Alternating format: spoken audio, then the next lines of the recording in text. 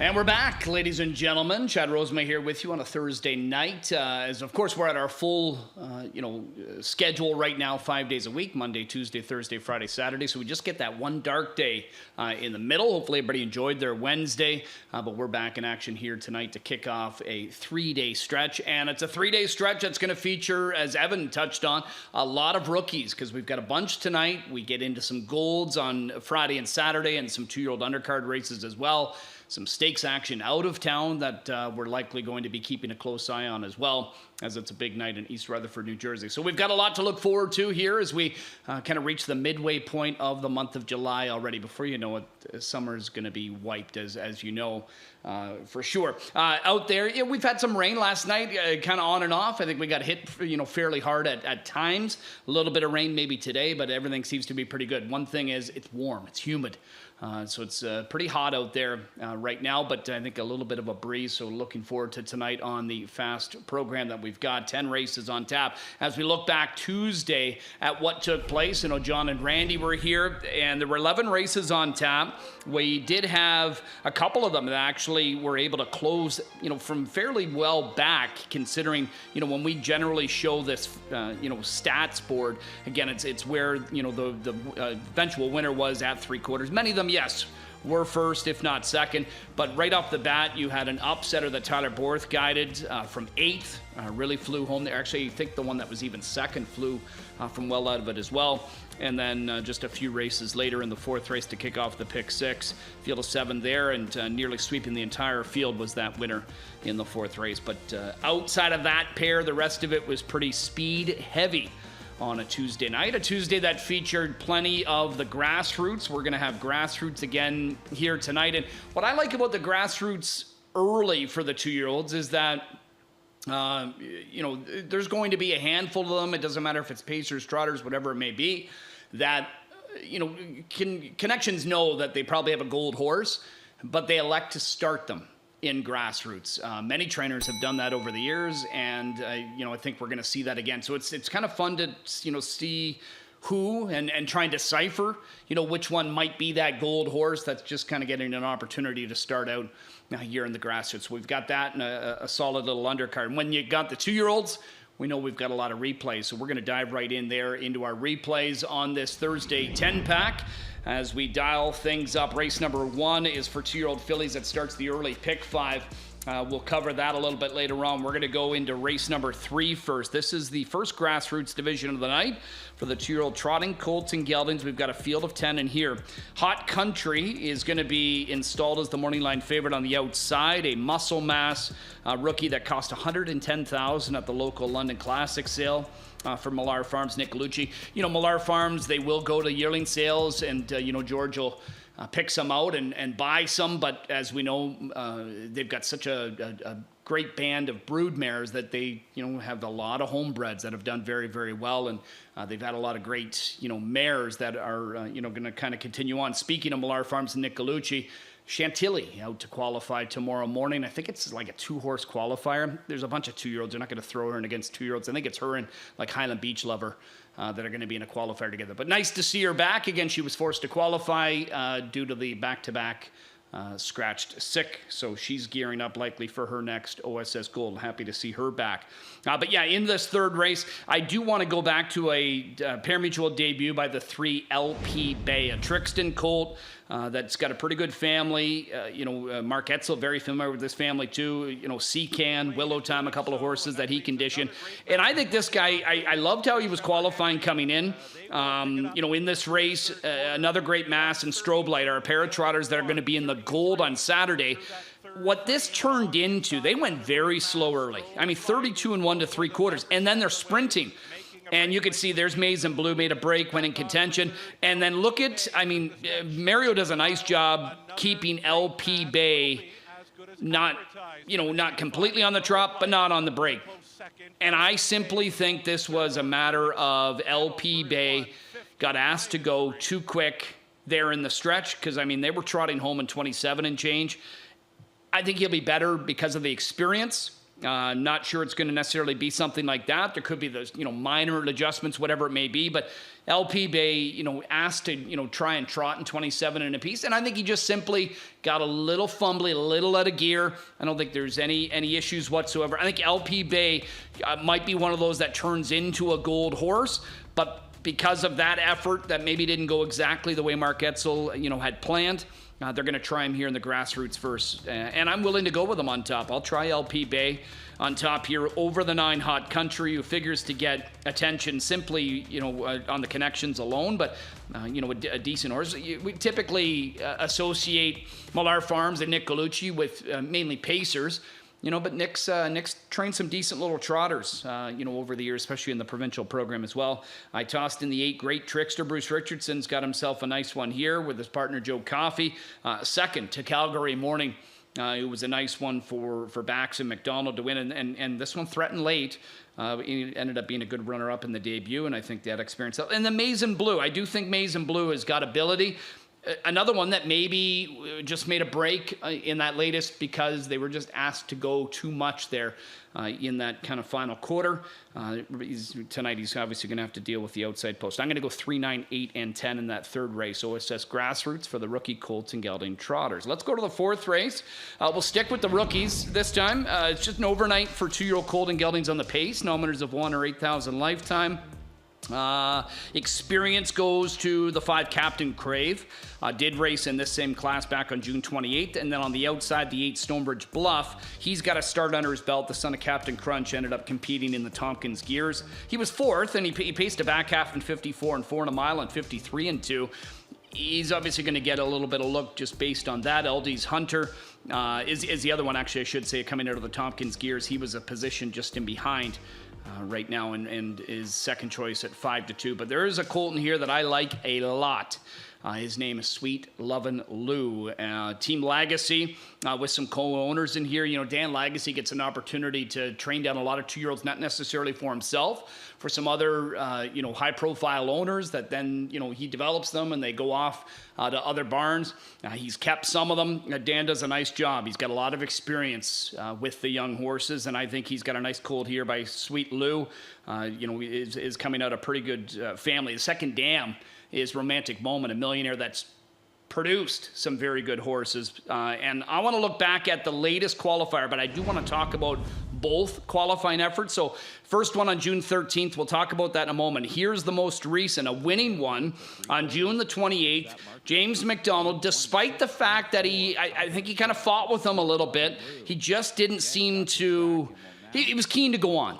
Maybe a little aggressive, but James managed to get this colt to, sit in the pocket for as long as he could. And turning for home, you can see here, he just tears away. And look at the build. Does he not look like he's got a bunch of muscle on him? Big, well, put together colt. And I mean, Sweet Lou has just been a phenomenal sire. And I think he could have another decent one here. And Sweet Lovin' Lou, I really like this guy coming in here. Now, I mentioned I want to talk about his first qualifier because in his first one, and not that I'm going to show a visual, but June 13th, I mean, some pretty good ones coming out of there. No wait list, for Tyler Moore was in that one. He's come up with some good qualifiers. He was a winner. But Bojangles, that was Bojangles' first qualifier.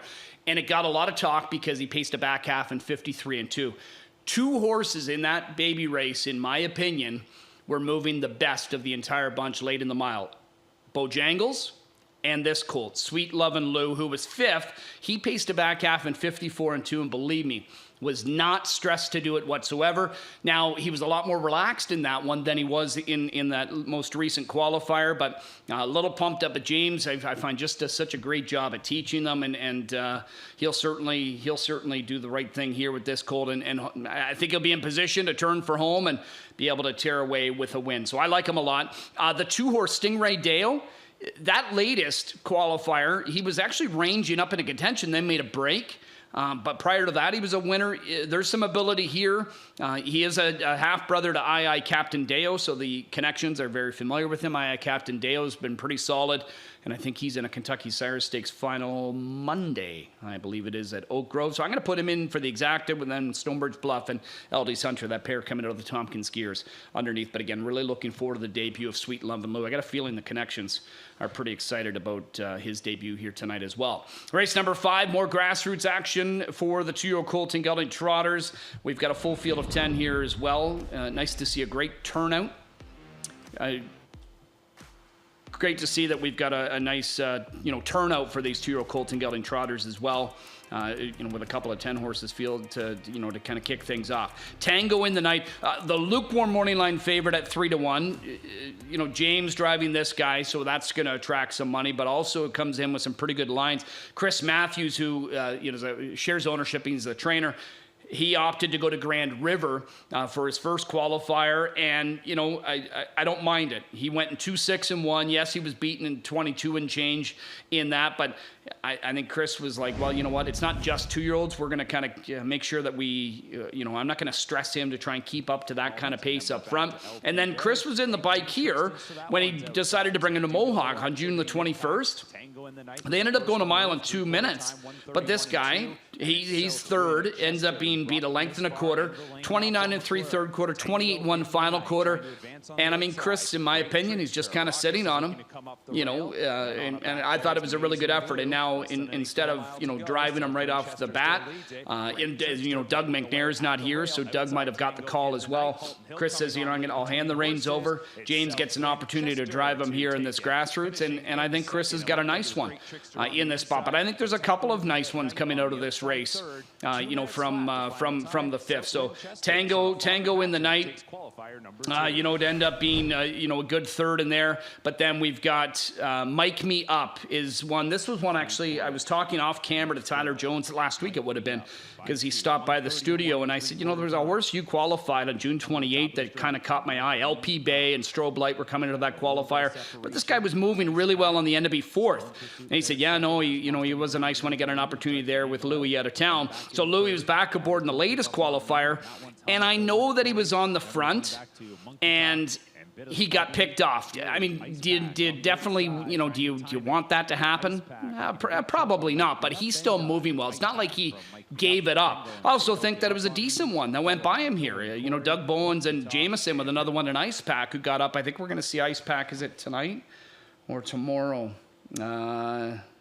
Yeah, I think it's on the weekend. But anyway, Mike Me Up, I think, is a trotter that's got now 3 qualifiers, coming into this race. The latest one, he was timed at 58-4. There's more there, too. He's a top contender. Then Blake McIntosh with Crunching the Odds is another one you got to pay attention to, coming out of the Tompkins gears with some experience. And I Drink, She Drives. Steve Bossens, I find, very sharp horseman, does a nice job with his trotters. And Bob McClure has been part of the success this season too. P.L. Spencer, comes to mind, of course, and I Drink, She Drives. If he can handle the rail, they can maybe pick up some pieces late. But a bunch of us going the direction of the 7 Tango in the night. Kevin Ploucha, who's the DRF analyst again. We'll have Kevin's thoughts not only throughout the night with the picks, but we've got his pick 5 coming up at the end of the show. He says no Tango in the night for me. He likes Mike Me Up. I don't mind who he's got on top, because I think Mike Me Up's a major win candidate right off the bat. So that's the 5th race grassroots split here for the rookie Colton Gelding Trotters. As we head to the back half of the card, race number 6 is where we go. More 2-year-olds. Colton Gelding's on the pace nominators of 1 or 8,000, so we've got 2 splits of this classification as well. And one that's going to come in here, not only is the morning line favorite, likely to get bet quite a bit in here, is Dad. Now, Dad, he did race in the Tompkins gears. He was heavily favored off 2 really good-looking qualifiers. Poppy Rob Hanover colt coming from Top Connections. We come from a good family as well, but he ended up getting picked off late. Now, we will talk more about him in a moment because I'll have his replay, but another colt that I'm really excited to see debut here is Illicit Behavior. Better's Delight colt, and I mean Better's Delight over the years has just been, the king of the hill, right? And I mean, I know we're starting to see a new wave of some horses, cattle washes, and obviously Bulldog Hanover is already impressing, but he'll have even more next year. But Illicit Behavior, this is the second qualifier, and watch Bob. That's the main thing. Not only is this colt move like a well-oiled machine, in my opinion, but look at Bob. I mean, Bob he sat the 2-hole. He tipped him. The lines are still tight. I mean, he could have paced on much quicker if he wanted to, and he didn't. Bob, in my opinion, he has got a pretty good hold on this guy, and he'll win by 3. And 55-2, 27-1 on the end of it. Major Money, cattle wash rookie that James McDonald drove in that qualifier for Nick Galucci and Millar Farms is in there. And James often will stick with these connections, but he goes to Dad, who obviously he's got to be impressed with as well. Now, this is Dad first up in his pari-mutuel debut in the Tompkins gears. The eventual winner is Jody along the inside. Again, this was some nifty stick handling with Till the Cows come home to win this race. And that colt came back to park every step and be second in a gold here. But in my opinion, now, one thing about James, if James can win by 3 or a half a length, he'll take the half a length. Do you know what I'm saying? He'll try and keep more for, coming weeks. Here, I think it was simply a case of it was a good effort by Dad, but I think they got caught off guard because this guy just came on so quickly. He wasn't initially to the outside. He swung from the inside to the outside. It was really late and it was a quick surge. I still think Dad raced great in that spot, but just got picked up until the Cows come home. Who, again, is another cattle wash that came back and had a really good showing at the gold level from a tricky post and parking every step of the way. So he's the one to beat, clearly. Now, Illicit Behavior, can he beat this colt right off the bat? Maybe. But if Dad, let's say, is ready to go down the road, which I think that'll kind of be the trip for him tonight. I think he will get, aggressively sent down the road, whether it's right from the outset or he moves. I just think he'll control the pace fairly early, and he'll be tough to catch over there. But if Illicit Behavior somehow can leave enough that he maybe secures a spot behind him, chasing him, then maybe he can come up with a win at first asking. I mean, Sean Stacey's, it's not like he hasn't been able to have one ready to go right off the bat. In the past, in the pari-mutuel debut, Sylvia Hanover, I think I got 9-1 on that one in the pari-mutuel debut. Can't See Me is another one. I believe. So Illicit Behavior, again, looked really good in that qualifier, and I'm going to go for the better price here and try and beat Dad, but it's a big stretch in that 6th race. Some of them likely gearing up, whether it be for the next gold for the 2-year-olds or maybe the Dream Maker. The Dream Maker starts here 2 weeks from Friday. So that's just around the corner as well. So that's the 6th race. Looking forward to that as well. As we head over to race 8 next. Grassroots leg 1. What's this? Our 3rd division, I think, for the 2-year-old trotting colts and geldings. Field of 9. The Green Gazoo, morning line favorite. I think this is one that's going to get bet off the board in this spot here tonight. Lines up from an ideal post as long as, the son of Green Manalishi doesn't mind, lining up in the center. The gate 5 and 6 are kind of looking right at the starter. Sometimes that'll throw them off. But to me, he looked pretty professional in the only charted line that we've got. And it was on July the 4th. And this is the qualifying effort from the Green Gazoo. So had the 3-hole, got away 4th, was never in a hurry at any point. Louis was patient, sitting here with him. And, I mean, in most of these baby races, as you know, it's going to turn into a sprint on the end of it. You've got Hot Country. Jet Air, who Tyler Jones is driving, he's in this race. He's the one that's on the lead. Here's James with Hot Country, who we're going to see early on in the program. But then check out the Green Gazoo. I mean, just keeps up making ground, and once Louis shows him the clear track and gets him to where he can trot forward, I mean, he just goes by with no urging whatsoever. It was a very good effort. 28-1 final quarter, 59-4. Coming out of a good dam, and Tommy, my girl. There's a great family along the lines here, too, of the Green Gazoo. I think Clark Bealby for John Florence Coyote Wind Farms has got a really nice one, in here, being a son of Green Manalishi as well. So I like him quite a bit. Blake McIntosh's Green Manalishi Beach Concert. It's been a project and probably frustrating to Blake because he's made some breaks. Some of them have been pretty dirty, too. Just kind of sticking his toes. But the latest one, second time with the trotting hobbles, he kept it clean, and he came away with a winning effort in 2 minutes of 1. There's certainly talent there. Obviously, the thing is, can he behave? If he does, I think he gets a real good piece of this. And Garnett's got him in for second as well, but many of us going the direction of the 6, the Green Gazoo, likely to be an odds-on favorite, I would think, in that 8th race. We'll skip over 9. Let's go to the finale, race number 10. High Five, closing in on 50,000 in carryover money, and it looks like Travis Henry. So we go from Trevor to Travis on the 4-horse Rusty's Bet. Travis having a couple of wins for Dumichel on Tuesday in the Grassroots. So riding some momentum as well. This class here, this is a group of pacers, 20,000 claimers, numbers of 75,000 life that are very familiar with each other. Beach Cruiser has been solid lately. Kind of talked to James about him as well. And, this is a horse that, at least his last couple, he's enjoyed just sort of, riding the cones and then asking him in the lane. And it's worked out for Beach Cruiser, and it worked out again in the most recent. So you're going to see him. You're going to see the likes of Shredder in here as well. Keep an eye on the one Tyler Borth is driving the Tool. I tried him last week on time delivery, getting back into this class, and look at him. He's anxious. He wants to go forward, and look at the step he puts in. I don't know what happened. Did he just simply try? And I think I remember hearing the guys talk after, and Billy saying, no, it's not like he stepped on the wheel or anything. So I think he just tried to simply jump a pylon. It was close quarters. He ended up jumping a pylon there, in my opinion.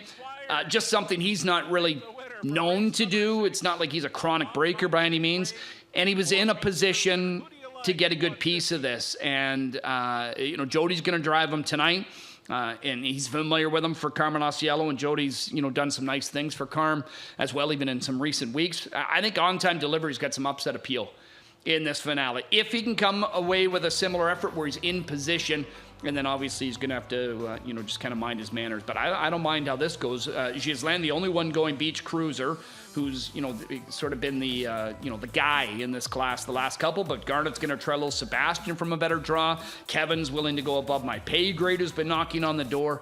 I mean, there's others, that you could obviously rate fairly highly in here as well. I think a pretty competitive finale and a good spot for that jackpot High Five. So that's a look at most of the dashes that we've got. Again, heavy on the 2-year-olds, and I think some real nice pacing colts are going to be getting their careers underway here, tonight as well. And we're going to see more of that, coming up this weekend as well. As promised, Kevin Plocha, he's doing the handicapping for DRF Harness yet again. With John Rellis, obviously occupied with a bunch of stuff. I know he's out of town into Jersey again this weekend. So Kevin's early pick 5 thoughts, not terribly deep.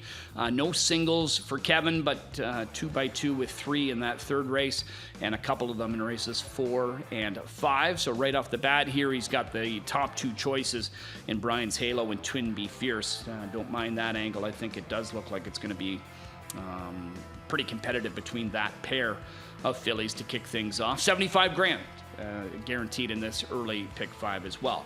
How about the weekend preview? Right here at Mohawk Park, we'll have more 2-year-olds coming up on Friday and Saturday. On Friday, it's the Golds for 2-year-old trotting fillies, a pair of $90,000 divisions. The first one coming up in race number 3 as we have a look here at the field of 7. A Splash of Green, Tompkins Gear's easy winner, one of Blake McIntosh's star pupils training down, is back in there. I really like Bingo Night coming off that debut win. And then the other gold that we've got in race number 6, M.E. Laurel, who was a fast closing second behind Bingo Night in there, but loses McClure, who goes to Flowing Tribute in this spot. I think one that he's been high on for Paul Reed and company as well. Then on Saturday, one division for the 2-year-old trotting colts and geldings. Now we see a lot of them here in the Grassroots tonight, and I think you will see some of those in their next outing try the gold. But for now, we've got a field of 10 in the black. A very sharp winner for Jeff Williams in the Tompkins Gears last time in 56. I'm liking Strobe Light if he can deal with the rail. Another great mass, comes from a great family. He's coming in with a win as well. Bax has got Wolverine Legend. There's some nice trotters in there. Looking forward to that one. It's race number 5 for $140,000 here at Mohawk Park. Then on Saturday, the Meadowlands, it's their big night with the Meadowlands Pace. And I mean, that race has become super competitive now with, the unfortunate scratching of Blueprint. But everything went well with his surgery on Monday, and hoping to see him back in a few weeks. But they've got Stanley Dancer Memorial, a prep for the upcoming Hambletonian, the 100th Hambletonian. Can't wait for that. Super chapter for Dexter Dunn and Company has been awesome. He's going to be in that first one in race number 3. The next one in race number 4. There's where you see a really nice matchup here. You've got Maryland, who's installed as the morning line favorite, but Go Dog Go has made things look pretty easy in 2 starts. Looking forward to this matchup, and I hope it's, a great matchup here, and then one that's obviously going to continue to play out heading into the Hambletonian. Then we've got the Hambletonian Maturity. How about 13 trotters in this, including a Luke Blay trifecta, led by Private Access. He's got Emoji Hanover, Drawn Impression. Louis going to be driving Private Access, of course, in this spot. And Tim Tetrick's on Emoji, whereas James picks up Drawn Impression. Jody's driving Amazing Catch, so we've got 3 of our guys not there. Obviously, we see Highland Kismet. We're familiar with him as well. That's a great group. They've got a lot of really good, betting races on Saturday night. And the Meadowlands Pace, again, with Blueprint out, straight to the final. Field of 9. Madden Oaks, bit better. Going to the 9-hole, he's now the morning line favorite. Doc Moore's, got a big shot in here with Prince Hal Hanover. His other option is Joel and the Jets. I mean, Poppy's Pistol bounced back off just a so-so qualifier to be good last week. Fallout, capable, Captain Optimistic. It's a nice bunch, competitive bunch in here, so looking forward to that. And they've got others as well throughout the night where you'll see guys like Louis and James. They've got a couple of William Houghton divisions. James is down there, of course, for Louis got Irvin Hanover, by the way, and the other one that I'm just looking at right now. But he's got Coach Stefanos. He's actually the morning line favorite in his field of 11. That's in race 7. The Dorothy Houghton for the mares. Sylvia Hanover. Unfortunately, she's got the 9-hole, and Twinbee Joe Fresh got the rail, but they meet up again after Sylvia Hanover delivered a rare defeat to Twinbee Joe Fresh in the most recent. So really good looking card on Saturday. Again, I think scheduling, if it permits, no need for you to change the channel. Watch and wager right here at Mohawk Park on our signal, and then we'll be able to bring in hopefully the majority of that action from out of town on Saturday. And if you want to come out and play, not just our tracks and others, well, the Racebook right here at Mohawk Park starting July 13th. So that's just in a couple of days. It is going to be open 7 days a week. So expanding their availability and their schedule, opening 7 days a week starting July the 13th. So appreciate everybody that comes on out. And now you can come out every single day if you like to play Woodbine Mohawk Park and other venues from across the globe. We've got that coming up, and 13 minutes away from our Thursday 10-pack. I will leave you with some plays of the night. My 4-pack that I've got, I do think I do have some 2-year-olds, including LP Bay, who I see is, I'm going to say beat the fave, but he could have been a rebounder as well. I'm all in on that Colt Sweet Love and Lou for Team Legacy. Winning debut for the other Colt, Illicit Behavior. I know it's a big ask, to try and beat Dad, but I'm hoping that he can. And then on-time delivery. I upset in the finale, courtesy of Double J. Here are the other handicappers and their thoughts. We'll have their picks throughout the night as well. Again, just 12 minutes away from the Thursday opener, which does start our $75,000 guaranteed early pick 5. We'll take a timeout and we'll get back and set things up for this Thursday night.